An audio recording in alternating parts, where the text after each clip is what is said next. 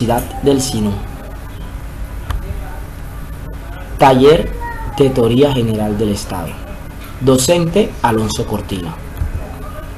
Escuela de Derecho, Jornada B. Presentado por Cristian David Álvarez Rubio.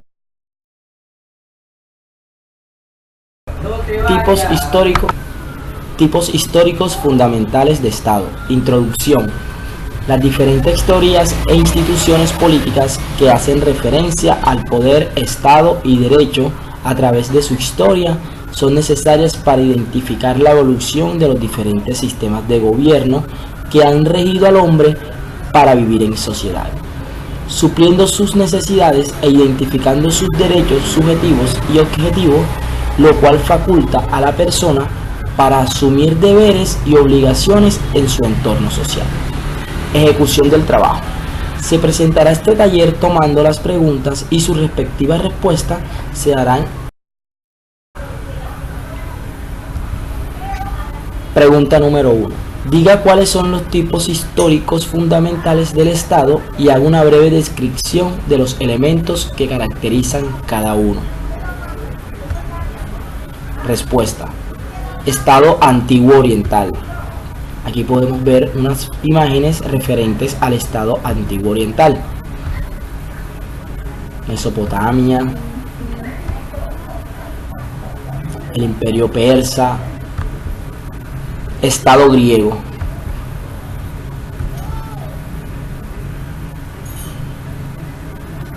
En el Estado griego, los ciudadanos eran considerados solamente los hombres mayores de 20 años. Las mujeres, los extranjeros y los esclavos no eran considerados ciudadanos.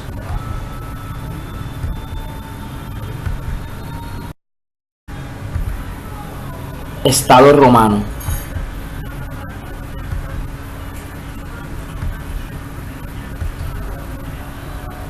Estado medieval. Aquí en el Estado medieval podemos ver la sociedad feudal en el siglo VI y siglo XI. Estado estamental. Podemos ver una pirámide que nos hace referencia a cómo estaba conformado el Estado estamental, donde la cabeza era el rey. Estado absolutista y los estados nacionales. En los estados nacionales también teníamos al rey como máxima autoridad.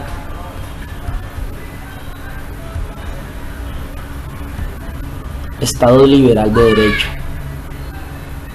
Podemos ver la Revolución Francesa, donde se rompen las cadenas del esclavismo. Estado autocrático.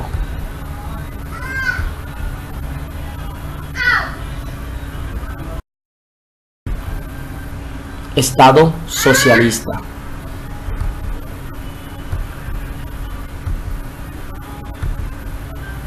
Estado social y democrático de derecho.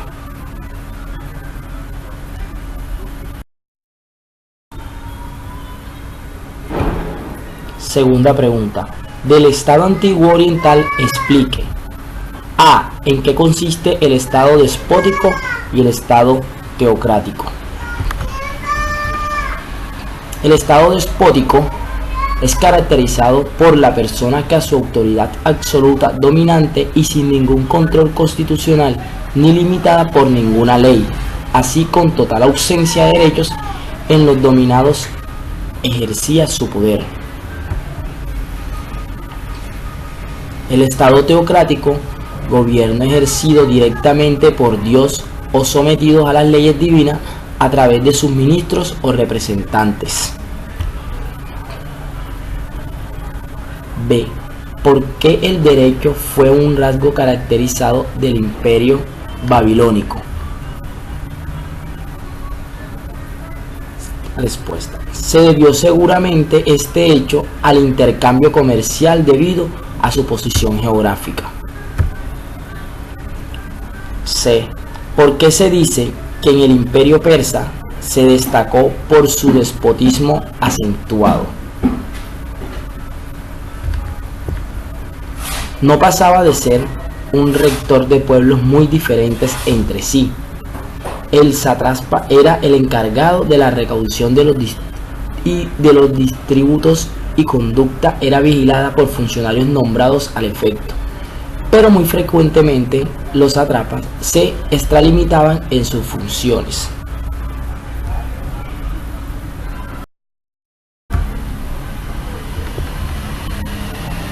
Tercera pregunta.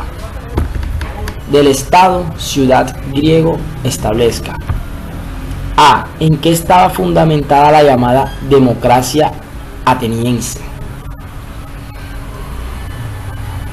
Esta democracia estaba básicamente fundada en el funcionamiento del parlamento llamado la eclesía. Esta asamblea, eminentemente popular, se reunía 4 veces al mes. En ella participaban por derechos propios todos los ciudadanos. B. ¿Cómo estaba organizado el poder público en la polis? La organización de los poderes públicos en las ciudades eran semejantes. Había 3 órganos políticos: la asamblea, el consejo y las magistraturas. Estas instituciones constituían desde los tiempos de Homero el medio para evitar los excesos del poder personal. En la base existía la asamblea de ciudadanos, que teóricamente era soberana según el tipo de régimen. La asamblea era más o menos amplia, se reunía con mayor frecuencia y estaba o no sujeta a influencias que pudieran limitar su soberanía. C. ¿Cuáles fueron las limitaciones en la democracia griega? No obstante, en su aplicación práctica, la democracia griega tuvo sus limitaciones. De una parte, en ella se mantuvo la esclavitud, aunque con menos rigor que en otras civilizaciones. Por otra parte, respecto a los extranjeros, se mantuvieron limitaciones en cuanto al ejercicio de sus derechos. Pregunta número 4. Desde el Estado romano, diga. A. ¿Cómo era la primitiva organización política en Roma? Respuesta.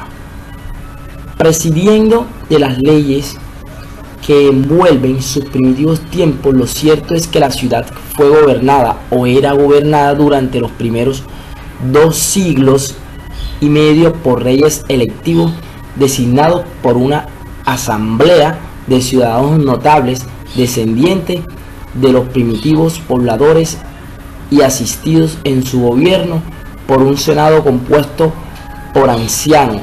La ciudad estuvo poblada principalmente por tribus sabias, latinas, estrucas. Los primeros 4 reyes fueron Rómulo, Nuna, Pompilio, Tulio Listo y Ancomacio.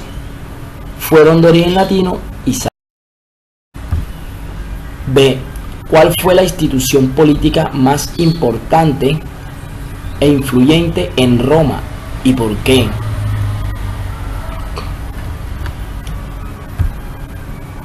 El Senado romano, sin duda, la institución más importante e influyente de Roma durante la República, se constituyó en la última instancia frente a las continuas desavenencias y conflictos entre los magistrados y las asambleas, compuesto por 30 miembros que se reunían en curias frente al foro a requerimiento del cónsul del turno. C. ¿Cuáles fueron las etapas de la organización constitucional romana? Desde el punto de vista de su organización constitucional, esta puede dividirse en 4 etapas, que son la de la formación y consolidación de la República, la de la transformación de la República, la de la revolución y la de la adventiente del imperio. 5. Del Estado medieval. A. ¿En qué consistió el sistema feudal? El feudo consistía normalmente en un terreno, pero podía consistir también en un castillo, o un cargo o una función. El vasallo debía beneficiarse del feudo, sin alterar su sustancia, desmantelar o disminuir su valor, y debía destinar aparte del usufructo para prestar el auxilio económico que necesitaba el señor. B. ¿Por qué se dice que el feudalismo era una forma de relación económica eminente autárquica? El feudalismo implicaba, además de un esquema político-social, también un esquema económico. Era una forma de relación económica eminente autárquica. La autárquica supone el autoabastecimiento de lo que de la tierra, limitándose los integrantes del feudo. Se limita a una manutención dependiente de que ellos mismos cultivan y los ganados que criaban.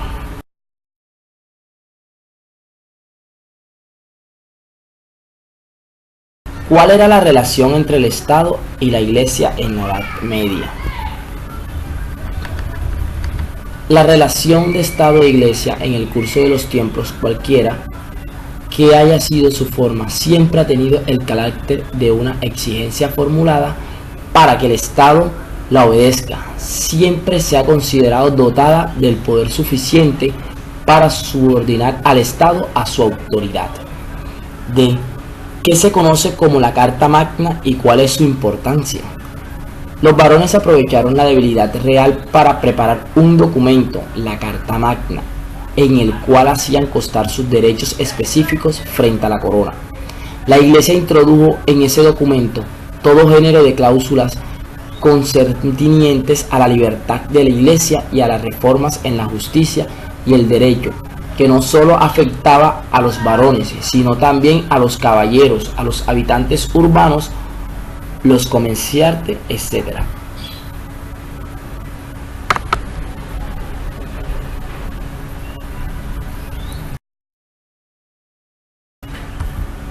Del Estado estamental. A. ¿En qué consiste el Estado estamental? Se le da el nombre al fenómeno que, como resultado del feudalismo, atomización del poder que este sistema engendró y la disputa por la soberanía entre las potestades temporal y espiritual, se presentó en Europa en los últimos siglos de la Edad Media hasta el comienzo del Renacimiento. Esta situación hizo que la sociedad europea, que entonces tuviera una base estamental, lo cual significaba que estaba estructurado gradual y jerárquicamente, que de tal manera que cada uno de sus eslabones era titular casi exclusivo de un conjunto de derechos que se traducían en verdaderos privilegios y que obedecían también de manera casi exclusiva a sus propias autoridades, se rigiera por sus propias leyes y tuviera además sus propias obligaciones.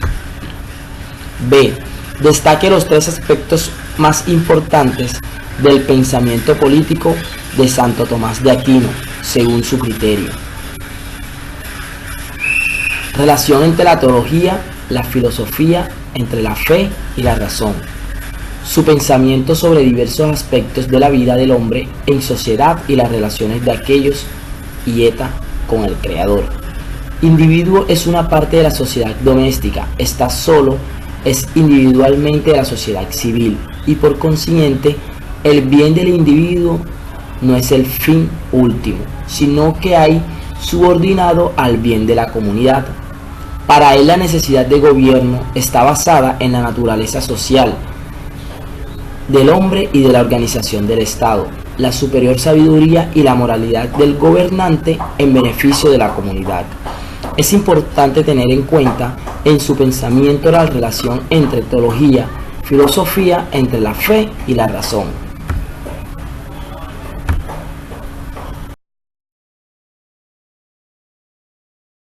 Estado absolutista y los estados nacionales. ¿A qué se llama estado absolutista y cuál es su característica principal?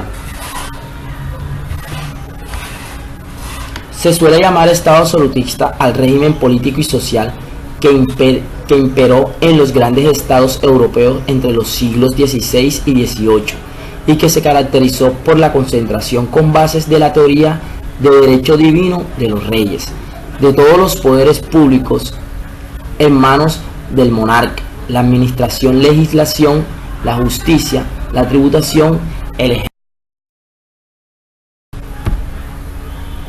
B. Mencione los estados nación europeos en los cuales se instauran monarquías absolutas. Los estados europeos fueron Francia, España e Inglaterra. C. Determine 5 de los factores que contribuyen al paso del estado absolutista al estado burgués liberal. En este proceso intervinieron diversos factores de tipo económico, social, cultural, político y religioso. Damos por terminada la presentación. Muchas gracias.